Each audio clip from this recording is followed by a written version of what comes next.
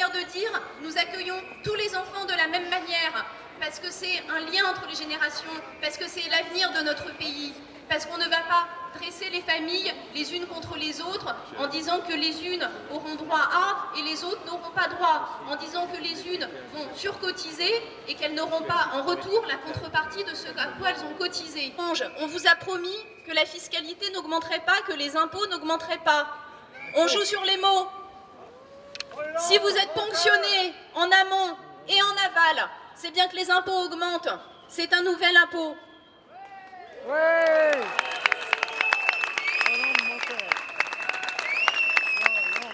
Et là, on a un vrai sujet de cohésion nationale, à un double niveau. Je l'ai dit d'abord parce qu'on touche à la solidarité horizontale, à un principe fondateur de notre pacte social républicain, de comment fonctionne la République, la sécurité sociale depuis 1945. Mais à un second niveau aussi, on va très vite atteindre le seuil limite de consentement à l'impôt. Le sondage IFOP, dont nous avons reçu les résultats, démontre que 83% des Français éprouvent un sentiment de ras-le-bol fiscal. 83% des Français, c'est pas que les familles à plus de 6 000 €.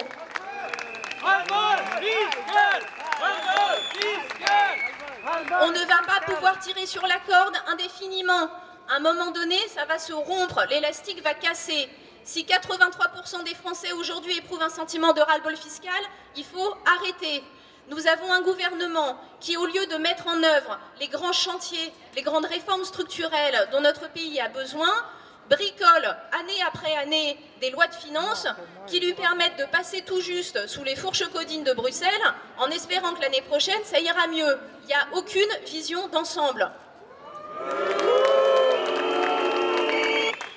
Et il n'est pas anodin qu'au moment où ce budget est examiné par Bruxelles avec le risque d'être retoqué, on aille chercher des économies sur la branche famille. Je pose la question, est-ce que le gouvernement n'est pas en train de brader la politique familiale pour un plat de lentilles? Alors, enfants, égalité. Alors, enfants, égalité.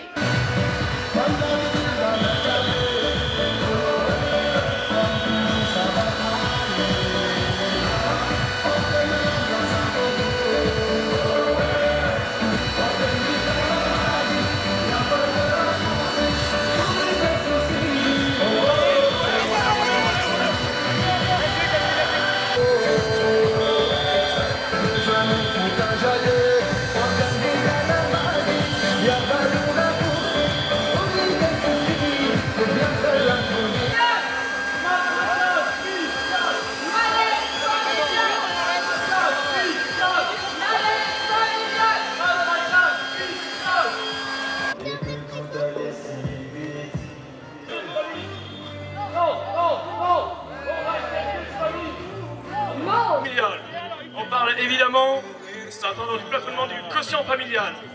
Voilà, il n'y a pas de long discours, vous les vivez tous en observant l'actualité. Il y a cette difficulté aujourd'hui à ramener la famille dans le projet politique.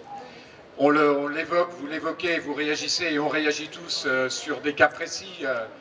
Les allocations familiales, on sera dans l'hémicycle demain pour essayer une dernière fois de défendre les allocations familiales, mais derrière ça, il y a plus grave. Il y a cette idée que la famille n'est plus le point de départ d'un projet politique. Et je crois qu'à l'heure où on s'interroge sur la solidarité, un grand mot, à l'heure où on s'interroge sur les équilibres de la société, à l'heure où on s'interroge sur les fondements même de notre société, la famille, au contraire, devrait être au cœur d'un projet politique. Elle devrait être le point de départ d'un projet politique. Et aujourd'hui, elle n'est pas le point de départ d'un projet politique.